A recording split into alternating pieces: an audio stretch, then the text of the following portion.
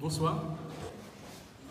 Donc, il nous est demandé d'intervenir sur ce sujet, le Code noir, forme et aspect juridique des résistances. Alors, mon projet là, ce soir, c'est de dégager une pédagogie afin de nous permettre de comprendre la construction de l'ordre juridique esclavagiste colonial. Donc, de partager une compréhension de la vision ou de l'organisation systémique du système esclavagiste, du système colonial. C'est très important selon moi parce que si on ne sait pas de quoi on parle, c'est-à-dire si on ne connaît pas ce que c'est, comment peut-on déconstruire le système? Et si on est, il me semble, aujourd'hui là rassemblés, c'est précisément parce que nous avons l'expérience et nous la partageons, de vivre encore dans ce système et d'en souffrir des effets de ce système. Et cette expérience partagée ne se limite pas à l'espace en fait américain, Caraïbes, mais il me semble s'étend là où se trouvent les Noirs, que ce soit en Afrique ou ailleurs. Donc il faut comprendre en fait ce qui se passe et pourquoi ça se passe ainsi. Alors, d'abord, pour la pédagogie, et en même temps, tout en restant fidèle en fait à l'histoire. Voilà des êtres humains qui sont dans leur société, dans leur paradigme, et qui sont arrachés par d'autres êtres humains en vue de les intégrer dans un autre système, dans une autre société. La démarche est très claire. Bon. Et dans quelle autre société? Une société qui est régie par ce qu'on a désigné comme étant le Code noir. Alors, le Code noir, bien entendu, ça renvoie à un ordre juridique, à un système juridique, et ça renvoie aussi à un système juridique partagé par les Européens, les colons, les esclavagistes, quel que soit là où ils sont à partir du moment en fait où, en effet, ils ont décidé d'implanter en fait ce système. Donc, lorsqu'on parle du Code noir, les Anglais avaient leur Code noir, hein, la manière en fait d'imposer un type de relation aux êtres humains arrachés de leur système juridique et amenés de force, déportés pour être en fait insérés dans un autre système. Bon, ça c'est la première chose. Donc ça veut dire en fait que, en effet, nous avons là deux paradigmes, deux organisations sociales différentes. Il faut garder ça en esprit. Parce qu'une fois rentré dans l'autre paradigme, si on ne se rappelle pas, ou on ne sait plus comment reconstruire, ou ce qui caractérise le paradigme originel, nous m'arrive ça.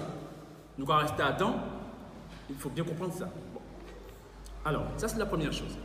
Maintenant, analysons ce système dans lequel, en fait, ces hommes et ces femmes, nos ancêtres, ont été intégrés. On voit bien, en fait, que dans ce système, ils ont été intégrés par la force, par la violence et par la manipulation mentale. Bon. Nous le savons. Puisque, et cela se comprend, qu'est-ce qui caractérise, en fait, cet ordre? Cet ordre, en fait, qualifié d'esclavagiste ou de colonial. C'est que cet ordre, en fait, est fondé sur la hiérarchisation des êtres. La hiérarchisation des êtres vivants. Et en l'occurrence, eh bien, ce qui est prévu pour ces hommes et ces femmes qui doivent être intégrés de force en fait de ce système, ce sont des statuts précis que l'on retrouve en fait dans le Code noir, le statut de meuble, d'esclave, d'affranchi. Et ces hommes et ces femmes peuvent être aussi, à des moments précis, des immeubles, c'est-à-dire en fait des immeubles par destination. Je prends cet exemple, eh bien il y a une habitation, exploitation agricole qui doit être vendue, eh bien le maître en fait, en vendant en vendant son exploitation, vend son bien. Bon, l'esclave ou le meuble. Bon. Alors, donc, voilà en fait le paradigme dans lequel en fait nos ancêtres se sont vus intégrés. Et voilà en fait ce paradigme en fait qui va connaître différentes générations de nos ancêtres en fait, qui vont devoir en fait s'y insérer, se socialiser. Je ne veux pas entrer dans les détails. Alors, ce que je voudrais en fait vous faire constater, c'est que, eh bien, cet ordre, il est caractérisé, je disais, par la hiérarchisation des êtres, et cet ordre consiste en fait à conduire en fait nos ancêtres à abandonner et à oublier sa matrice pour épouser de manière définitive la matrice coloniale, la matrice esclavagiste.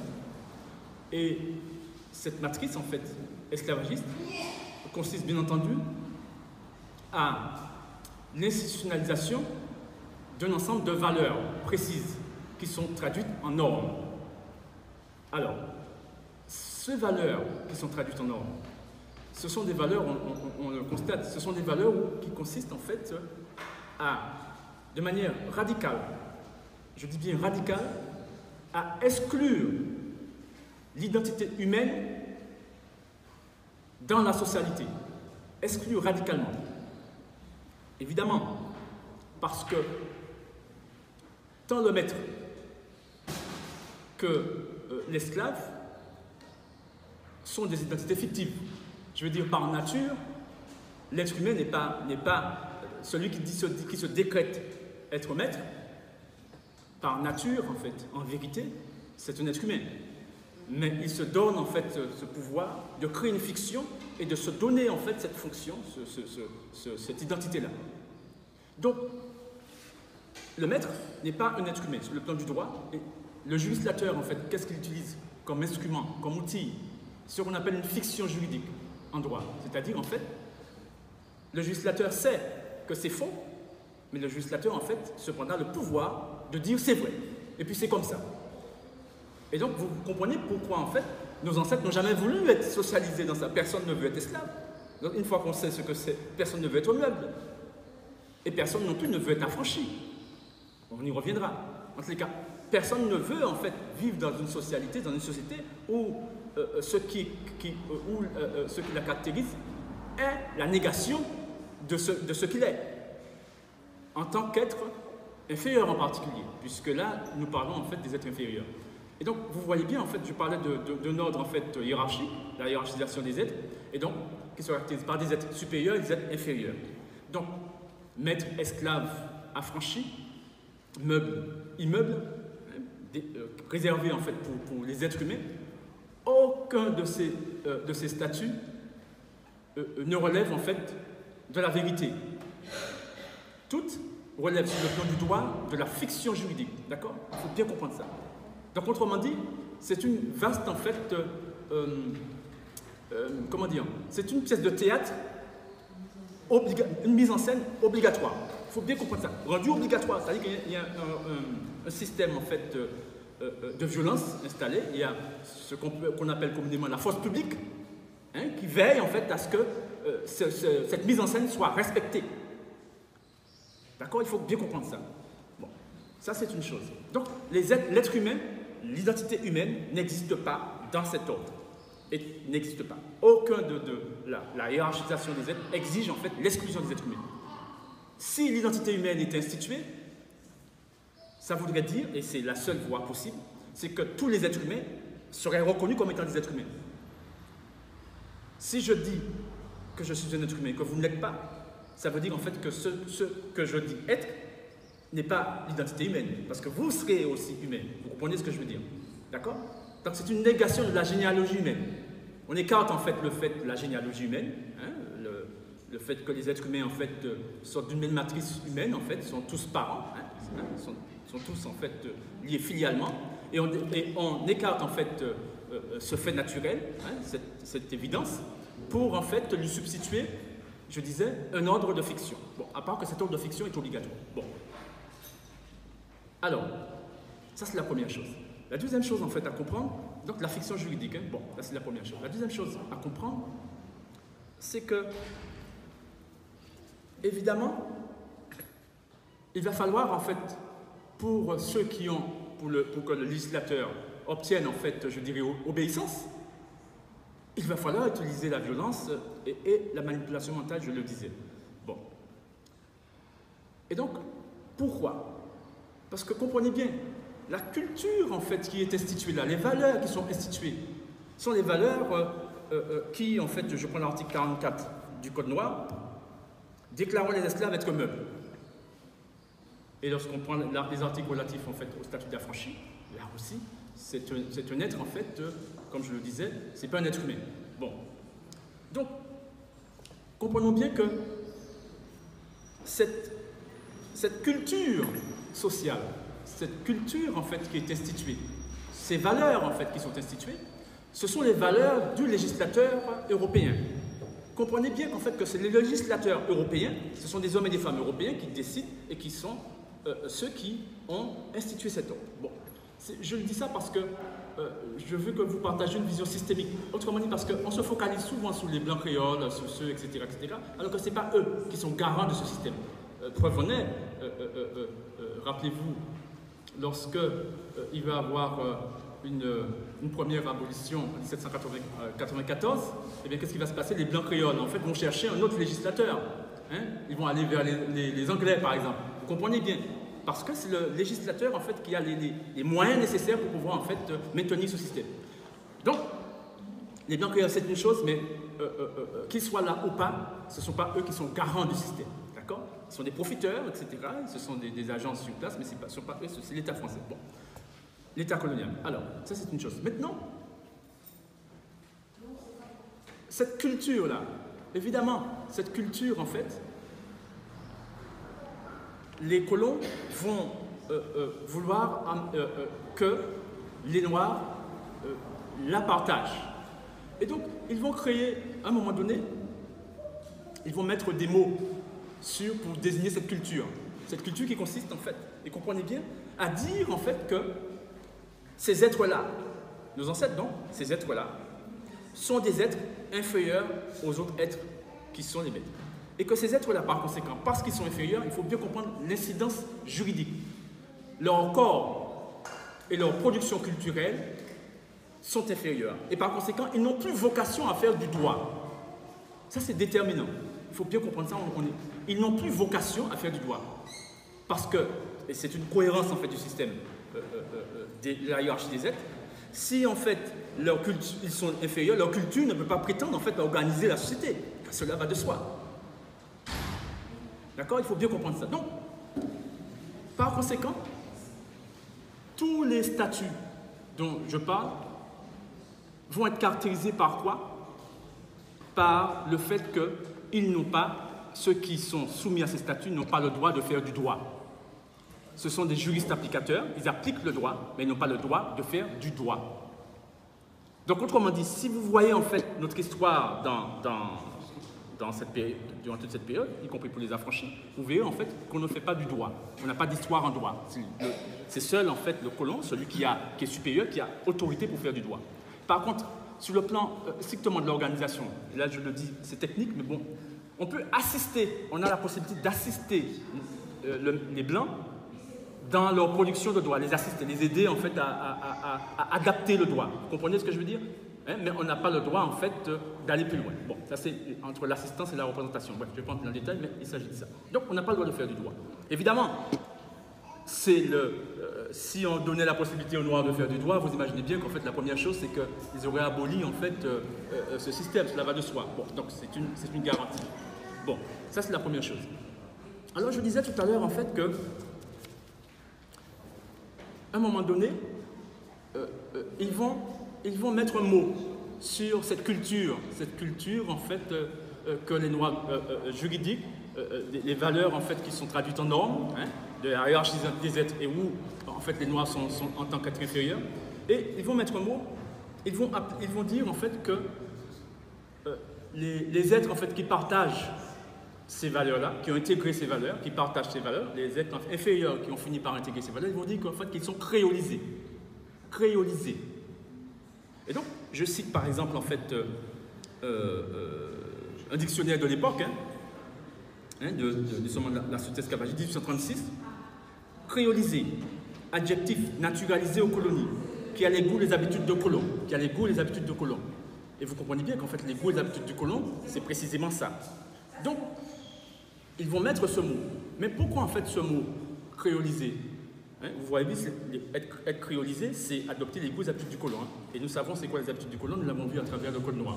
Bon, mais c'est qu'en fait, dans l'expérience, ils vont constater qu'en fait, ce sont ceux qui sont dans la société esclavagiste, les colons qui sont dans la société esclavagiste, qui sont les plus, en fait, je dirais, qui sont les plus imprégnés des valeurs instituées, la hiérarchie des êtres. Et qu'ils vont désigner ces hommes et ces femmes des créoles. Ce sont les blancs, les blancs créoles qu'on appelle les béquets, etc. Ils vont les désigner ainsi. Et cette culture, parce qu'ils représentent en fait ces êtres qui sont les plus imprégnés, la culture en fait instituée, densifiée à travers l'attitude de ces gens, incarnée à travers l'attitude de ces gens qui vraiment sont imprégnés, eh bien, ils vont désigner cette culture comme étant la culture en fait créole. Alors comprenez bien, c'est très important. La culture créole, c'est la culture du colon. C'est la culture instituée. C'est la culture de la hiérarchie des êtres. C'est la culture qui dit qu'en fait il y a des êtres supérieurs et des êtres inférieurs et que les noirs en fait sont des êtres inférieurs et par conséquent leur corps et leur production culturelle sont inférieurs, donc doivent être et sont institués comme étant dévalorisés. Comprenez bien ça. Et donc, ça veut dire quoi? Ça veut dire que par conséquent, eh bien, vous imaginez bien, lorsque en fait on est créolisé, adopter les goûts et les habitudes du colon, vous comprenez tout de suite en fait pourquoi. Eh bien, lorsque le noir ou la noire en fait est créolisé, c'est-à-dire a adopté ses goûts et ses habitudes, on constate en fait un processus tout à fait naturel, c'est-à-dire en fait ils appliquent ce droit et sont fidèles à ce système. Et en appliquant ce droit, quels en sont les effets? Puisque c'est la cause, le droit là, c'est une autorité de conduite, voilà. Quels sont les effets? Les effets, parce que le droit qui est institué est un droit en fait qui dit et qui dévalorise en fait l'être précisément désigné comme étant inférieur, eh bien, il y a ce processus qui consiste en fait à projeter sur nos corps et sur notre production culturelle la négativité. Et donc c'est pour ça qu'en fait, en effet, lorsqu'on applique le droit créole, le droit, la culture créole, eh bien, lorsqu'on est justement fidèle à cet ordre en fait, eh bien, on constate quoi? On constate un processus qui consiste à dévaloriser, par exemple, les cheveux, par exemple, la couleur de peau, par exemple, la culture, etc. Ce qui est logique. En permanence, vous obéissez à un ordre, en fait, qui est structuré sur la hiérarchie des êtres. Et par conséquent, en appliquant, quand vous soyez conscient de ça ou pas, ça c'est votre problème, mais en l'appliquant, vous densifiez un mental, vous densifiez un conditionnement. Et donc, vous vous habituez à ça. Et donc, il faut bien comprendre ça. Donc, c'est le processus, en fait, de créolisation. Alors, vous avez compris, en fait, que, et là, j'insiste là aussi, on passe d'un paradigme à un autre. Le nouveau paradigme, en fait, c'est ce qu'on appelle, en fait, ce qu'on appelle la procédure de créolisation, c'est le processus d'assimilation. Vous avez entendu parler d'assimilation. Alors, les gens ont tendance, en fait, à vouloir limiter l'assimilation aux affranchis. Mais non, c'est tout le système qui est assimilationniste. Lorsque le noir en fait, doit adopter le statut d'esclave, il doit appliquer et s'y conformer, il s'assimile. Assimiler, c'est adopter justement précisément le système de valeurs en fait, de l'autre. Donc, que vous soyez, c'est tout le système en fait qu'il faut assimiler. D'accord? Ça c'est très important. Ça c'est la première chose que je voulais dire. La deuxième chose, disons, en termes de compréhension, la deuxième chose c'est que si on est assimilé, donc on a notre propre paradigme. Bon. Et lorsqu'on dit en fait qu'on est contre l'assimilation, lorsqu'on dit qu'on est fier de notre civilisation, la question que je pose, où elle est? Qu'est-ce qui la caractérise? Qu'est-ce qui la caractérise? C'est-à-dire qu'en fait, on dit en fait qu'en effet, il y a cet ordre dans lequel on est et que l'on considère en fait que c'est un ordre injuste, c'est un ordre en fait fondé sur le mensonge aussi, évidemment, puisque en fait c'est un ordre en fait qui nous fait souffrir et selon cet ordre, il y a une hiérarchisation des êtres, donc c'est la négation du fait même que nous sommes des êtres humains et donc évidemment nous le refusons, d'accord. Et ça revient à l'idée de résistance, puisque dans le titre en fait il dit résistance. La résistance consiste en fait à s'opposer à, mais pas seulement ça. On s'oppose à parce qu'on veut sauver quelque chose, parce qu'on refuse en fait que quelque chose disparaisse. Mais quoi? C'est-à-dire où est notre matrice? Où elle est en fait? Est-ce que nous savons ce qu'elle est? Est-ce que nous n'avons pas perdu de vue? Parce que n'oublions pas que le processus de colonisation, qui est le processus d'assimilation, consiste en fait à nous emmener à abandonner, à oublier notre matrice culturelle, notre matrice originelle. C'est ça le processus. Donc, la grande question, c'est ça. Où elle est? Qu'est-ce qui la caractérise? Alors, je vais en venir. Je vais y arriver tout à l'heure. En tous les cas, ce qu'on peut postuler, en tous les cas, d'emblée, on peut affirmer même, c'est plus qu'une postulation, c'est une vérité, c'est que dans la matrice, en fait, originelle, nous sommes institués comme étant des êtres humains. Ça, c'est clair. Donc, maintenant, ça signifie quoi être institué en tant qu'être humain? Est-ce que nous avons perdu la science, en fait, qui nous permettrait de construire cette société? Est-ce qu'on sait la faire? Est-ce qu'on sait comment construire une société, comment nous instituer comme étant des êtres humains? Parce qu'eux, ils savent en fait comment nous instituer comme n'étant pas des êtres humains. Ils savent comment créer un ordre où il n'y a pas l'identité humaine. Non seulement ils savent ça, mais ils maîtrisent en fait cette technologie, puisqu'ils arrivent à maintenir cet ordre jusqu'à présent. Donc, ce que je veux dire par là, c'est que nous ne pouvons pas faire l'économie d'analyser et de maîtriser. S'ils peuvent le maîtriser, c'est que c'est maîtrisable. D'accord? Si en fait notre matrice originelle existe, nous pouvons tout à fait concevoir qu'on puisse aller faire le travail nécessaire, en saisir en fait la substance et la réactiver. C'est clair. Donc ce sont des principes en fait fondamentaux. Donc c'est en ce sens où j'arrive à ça.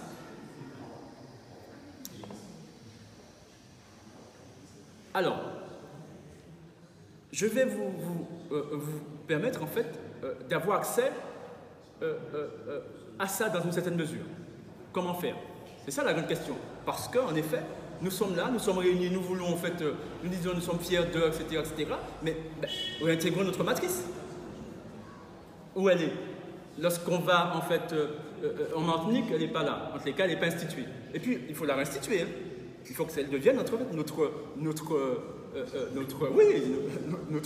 autorité de conduite. Bon, on va au Gabon, on ne la voit pas. On la sent, hein, comme en Martinique, on la sent, on sait qu'elle est en nous là. Mais à part qu'en fait, elle a été désinstituée, on sent quelque chose en fait. Et qu'est-ce qu'on constate? C'est que, en réalité, on ne s'en rend pas nécessairement compte. Un peu, imaginez, je prends cette image en fait d'un avion qui était notre matrice, hein, et qui volait, et puis qui est tombé. Et qu'est-ce qui se passe? Eh bien, qu'est-ce qu'on fait? On en prend des morceaux d'ailes, hein, des roues, etc. Et évidemment, ça nous rappelle en fait la matrice. Mais ça nous aurait volé.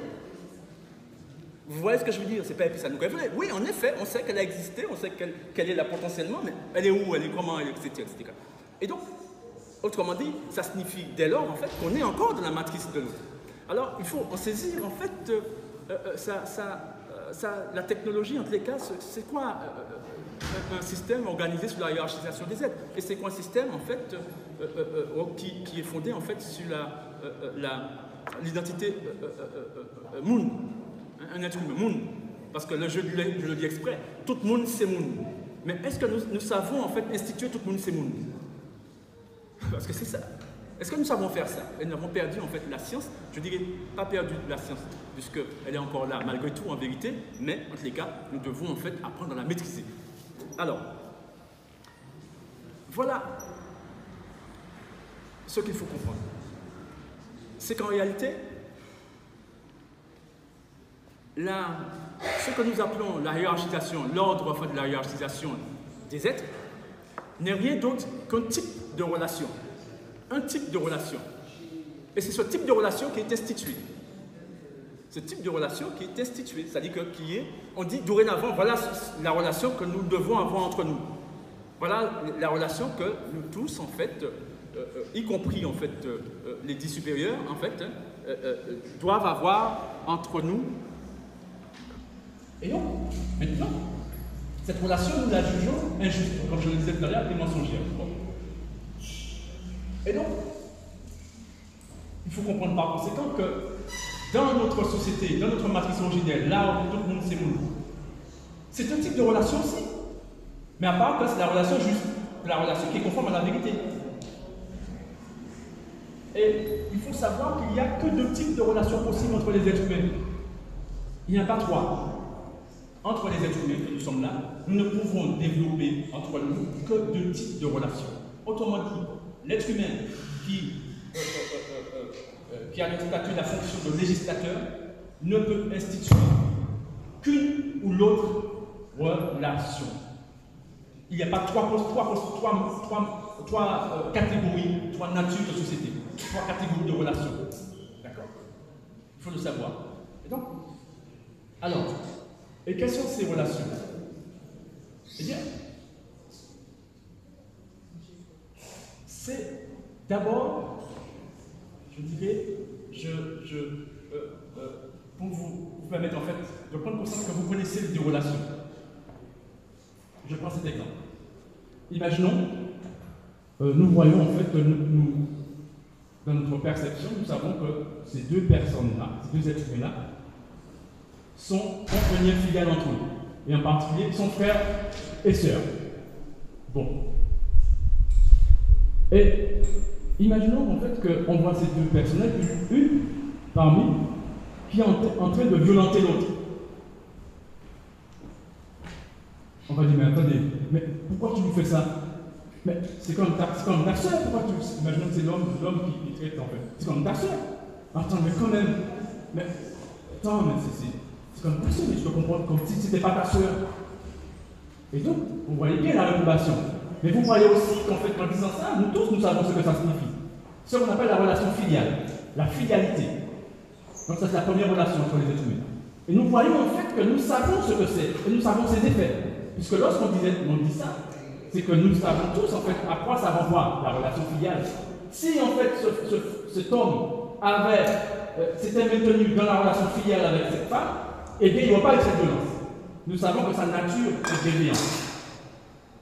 La nature de la relation filiale est déviante. Nous le disons, imaginons que nous sommes à la poste, par exemple, et nous voyons des gens en fait qui sont en train de. Il y a un qui violente l'autre, etc. Et on peut entendre cette phrase par nous-mêmes ou par l'autre, disant mais c'était mon famille ou pas de fait ça, c'était famille ou pas de jamais fait ça. Et dans cette phrase, nous avons la connaissance, nous démontrons que nous connaissons les deux types de relations possibles. Et leurs effets. Autrement dit, dans cette phrase, la première, c'était mon famille ou pas de fait ça. Autrement dit, c'était mon famille où tu es gagné en relation filiale et puis, ou tu es gagné en relation bienveillante et puis, la nature de la relation. Mais comme ce n'est pas famille, on est en relation qui n'est pas filiale. C'est ce que j'appelle la relation filiale. C'est la deuxième relation qui existe. Il n'y en a pas trois. La deuxième relation, la relation filiale. Et ce sont les deux seules relations qui peuvent être instituées. Bon. La relation filiale, c'est même fondé au patriarcat. Alors, la question c'est évidemment, constatez bien la chose, la subtilité. C'est même fondé au patriarcat ça. Autrement dit, lorsqu'on dit ça, on exige, on attend de l'autre, on attend de l'autre qu'il ait un comportement filial avec l'autre. Parce qu'on ne dit pas ça juste en fait comme ça, on dit, c'est de mon film avec ça, autrement dit, terminer en relation filialité. Mais la question c'est, si pas lié filial, est-ce que justement pour obliger une relation filiale et bien n'était pas familier avec qui en fait il n'y a aucune relation, aucun lien filial? C'est ça la chose. Mais en vérité, on ne peut pas être un être humain sans être de la famille de l'autre être humain. La relation filiale, ça n'existe pas. Un être humain ne peut pas être un être humain, c'est-à-dire que l'identité humaine contient la fidélité. L'humanité est la fidélité. C'est-à-dire qu'en dehors de la fidélité, l'identité qu'on va vous donner n'est pas l'identité humaine. Vous comprenez ce que je veux dire? On va y revenir, vous allez bien comprendre tout à l'heure. Voilà les deux types de relations. Alors maintenant, pour vous permettre en fait d'avoir une meilleure compréhension de ce type de relation, voyez ça comme un curseur. Voilà la relation filiale. Au plus bas de son niveau, c'est l'indifférence. C'est-à-dire, en fait, le droit est indifférent. Le droit ne pas avoir, en fait, l'obligation d'être bienveillant vis-à-vis d'autres, parce que ce n'est pas comme moi. C'est une nature, c'est la nature de la relation. Le droit d'être indifférent. Ça commence par l'indifférence. Et lorsque, je vous ai dit un curseur, densifier ça, ça pousser, ça arrive à l'hostilité. Et c'est évidemment l'esclavage, la colonisation relève, bien entendu, de la relation filiale. Évidemment, ce n'est pas la relation filiale qui est instituée lorsqu'on parle du système esclavagiste. L'ordre, en fait, qui manifeste, qui est fondé sur la hiérarchisation des êtres. C'est la négation de la filialité. Donc, c'est la négation de la généalogie humaine. D'accord? Donc, c'est la négation de l'identité humaine. Parce qu'en fait, comme je vous le disais, notre humanité ne se perçoit, ne se manifeste, ne se réalise qu'à travers la relation filiale. On n'est pas un être humain si, lorsqu'on ne pratique pas l'être humain, la filialité, on est dans la négation de l'humanité. Il faut bien comprendre ça. Donc un ordre qui est fondé sur l'infidélité est un ordre en fait qui, dans sa densification, va nous éloigner de la conscience de la fidélité, donc de la pratique de la fidélité, de la perception de la fidélité, et qui va nous conduire en fait précisément dans sa densification à quelque chose en fait que nous connaissons et qui aboutit, qui donne des modèles, etc. Donc là, maintenant, je vous ai dit c'est un curseur. Maintenant, allons pour la relation filiale. Curseur, au plus bas niveau, c'est quoi? C'est que tous les êtres humains sont de la même famille, ont un lien filial. Par conséquent, lorsque en fait, on va créer cette société, eh bien, l'obligation qui est imposée à tout le monde, c'est la relation filiale. Tout le monde est mis en relation filiale en dessous. Voilà le droit, voilà le modèle. Tout le monde.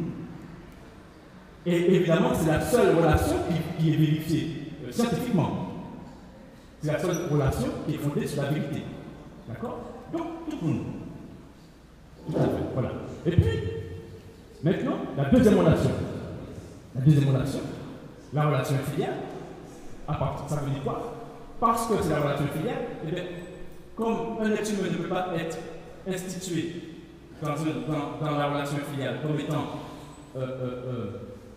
un être humain, puisque c'est l'exclusion, en fait, parce qu'il faut bien comprendre, en fait, comme je vous disais, l'institutionnalisation de l'identité humaine n'existe que lorsque nous sommes dans une société filiale. Donc, je vais vite pour vous dire quoi, et vous allez comprendre assez rapidement, la société filiale. 100% des êtres humains sont conscients, 100% sont conscients qu'ils sont de la même famille. Donc le concept de la famille, c'est le concept en fait qui remplace le concept de nation dans le modèle occidental, la nation. On va y revenir. Donc parce qu'il faut que je vous dise comment dans le système infilial, quelle est l'identité qui est instituée et qui est là en fait, vous allez comprendre, c'est assez simple. Donc dans la société filiale, comprenez bien, eh bien 100% des êtres humains vivent dans la conscience de la filialité. Le droit rend obligatoire ça. Donc les juges pratiquent en fait, il y a tout le système en fait, voilà. Alors, ça veut dire quoi? Vous êtes dans une classe, il y a 30 élèves dans la société filiale. Vous posez la question à n'importe quel élève, mais qui est membre de votre famille? Il va vous donner un premier. Tout le monde est membre de ma famille. Cela est obligatoire, cela est appris à l'école. Vous voyez? Et donc ça c'est scientifique. Nous sommes en fait dans la société filiale. Et vous allez vous répondre à la question, est-ce que nous sommes dans une société filiale ou infiliale? Vous êtes dans une classe, il y a 30 élèves. soit en primaire ou en université, vous posez la question, qui est membre de votre famille? Et si nous sommes dans ce filiale, on vous dit, mais s'il n'y a pas un frère ou une sœur, ce que j'appelle la famille dégénérée. La famille, en fait, que l'on croit qui existe en droit, mais qui n'existe pas en droit. Parce que dans la société filiale, il est impossible d'instituer la famille. Parce que la famille ne peut être instituée que dans la totalité.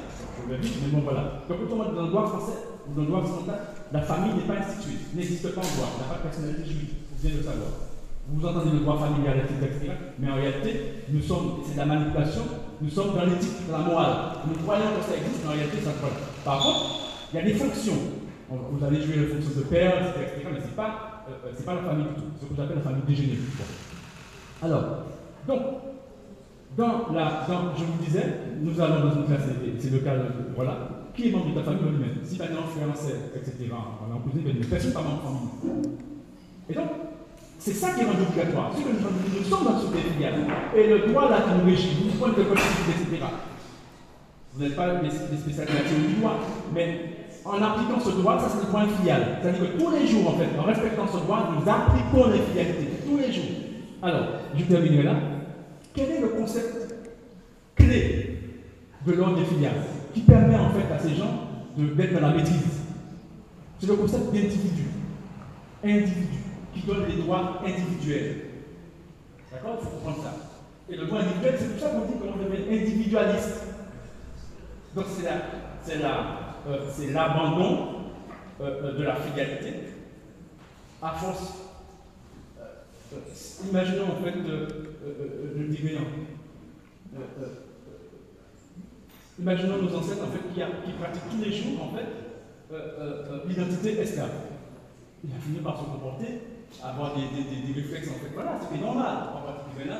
C'est pour ça qu'en fait que lorsqu'on a de l'expérience dans quelque chose, on est plus rapide que l'autre. C'est normal, c'est cohérent. Quand on est dans la pratique, c'est bien pareil. Donc, il faut comprendre qu'en pratiquant l'identité individuelle, eh bien, on se comporte comme des individus. Mais c'est quoi un individu? Un individu n'est pas un être humain. Un individu, c'est une construction mentale. C'est comme le Père Noël. Ça n'existe pas. Vous comprenez ce que je veux dire? Ça n'existe pas. C'est la substance conceptuelle du monde filial. Et donc, par conséquent, un esclave n'existe pas. Un meuble n'existe pas. Tel que, voilà. Un affranchi n'existe pas. Un maître n'existe pas. Et puis, ce sont des individus. Ce sont des constructions mentales. Ça n'existe pas. Ce sont des infiliaux. L'individu est infilial. Il n'est jamais né. C'est un être séparé du tout. Donc, c'est-à-dire qu'on est en train, justement, de nous éloigner, de dissoudre, je dirais, la conscience de la fidélité. Vous comprenez ce que je veux dire? Bon. Et donc ça produit toutes sortes de choses, la violence, etc. Vous voyez, etc. Mais c'est cohérent, cause-effet. Bon. Alors, donc, vous avez saisi l'essentiel, donc l'individu. Et donc, je vais me permettre, et je terminerai là, de vous lire, parce que vous ne savez pas ces choses. Mais eux ne savent pas qui nous sommes, parce qu'ils n'ont pas accès à notre matrice. Mais nous avons perdu la maîtrise de notre matrice. Et donc, mais eux connaissent leur matrice. Et je vais vous dire en fait ceci. Ça va vous permettre en fait de savoir en fait ce qu'ils leur maîtrise, leur connaissance de leurs affaires, mais pas tous. Hein. Il y a beaucoup de juristes applicateurs parmi eux. Hein. C'est un petit groupe là en haut là, de spécialistes qui connaissent ces choses. Hein. Il faut bien le savoir. Alors voilà un ouvrage en fait, l'individu saisi par le... Non, je prendrai le titre plutôt. Homo juridicus, essai sur la fonction anthropologique du droit. Essai sur la fonction anthropologique du droit de Alain Supiot. Et donc un livre qui date de 2005. Je prends cet exemple pour vous permettre en fait de... Je peux trouver, là je vous donne ça parce que c'est assez clair. Voilà dans son ouvrage ce qu'il dit. Et vous allez voir son rejet de la science, parce que ça que je viens de vous dire là, tout le monde sait, ça c'est scientifique, ça se vérifie. Nous sommes en fait sortir quelqu'un de la généalogie humaine, c'est lui dénier son nature humaine. Donc s'il veut nous lire, il faut nous lire, etc. Ça c'est scientifique. Alors voilà ce qu'il dit. Or, le droit, dernier savoir dogmatique de l'Occident, est menacé par le développement de la science et surtout de l'idéologie de la toute-puissance qui l'accompagne. Ce fantasme de toute-puissance met en danger le montage anthropologique fragile qu'est la notion d'individu. Se représenter l'individu comme un individu, se représenter l'homme comme un individu unique et insécable, à la fois égal et irréductiblement différent de tous les autres, est un acte de foi qui échappe évidemment à toute science expérimentale. C'est la matrice de leur civilisation. Par ailleurs, il le dit, hein, d'accord?